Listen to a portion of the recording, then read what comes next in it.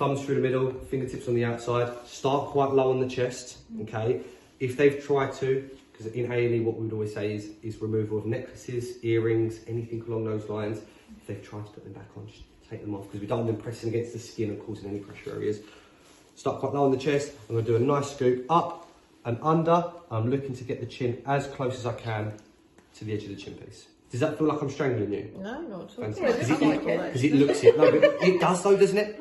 And as you start to do your first ones or anything like that, it's going to feel that way, okay? I always keep a bit of pressure on with my hand, because if I let go, you can see the collar just pop straight out. Sliding up. Did you feel that as well? So that's why I keep the pressure over. And while I've got it underneath, while I've got my hand there, does it feel like I'm strangling you there at all? No. Fantastic, because that's what you need. We need to get a tight fit. So while I've got my hand there, just going to keep it there just until I've applied my side panels, just to keep that anchored and keep that. Isn't it? So, but what about if we just put it like this with one hand? Okay, I took it, and I can do it like this.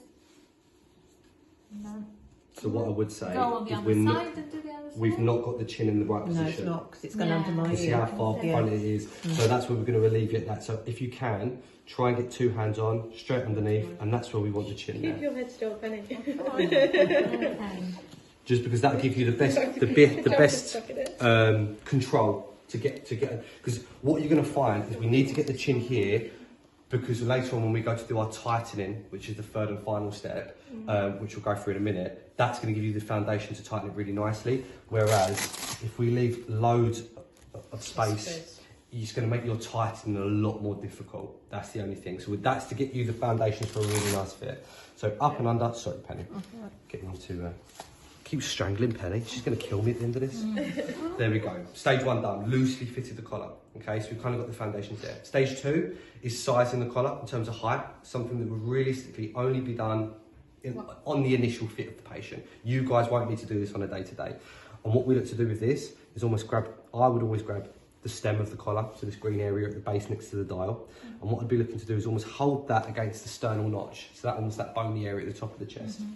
So hold that against, and I'm looking to dial up just until the pad has really touched the skin. That one is there, so you won't need to ever touch that, to be quite honest. If you are worried that maybe the patient has fiddled with it, possibly, you just, I guess, raise that with whoever's done the fit, or maybe the hospital, or if you are really that worried, or if you trust the patient, I guess you could almost say to them, look, I'm a little bit worried about that height. Could you just mention that to them when you go in next, essentially, or if they've got someone?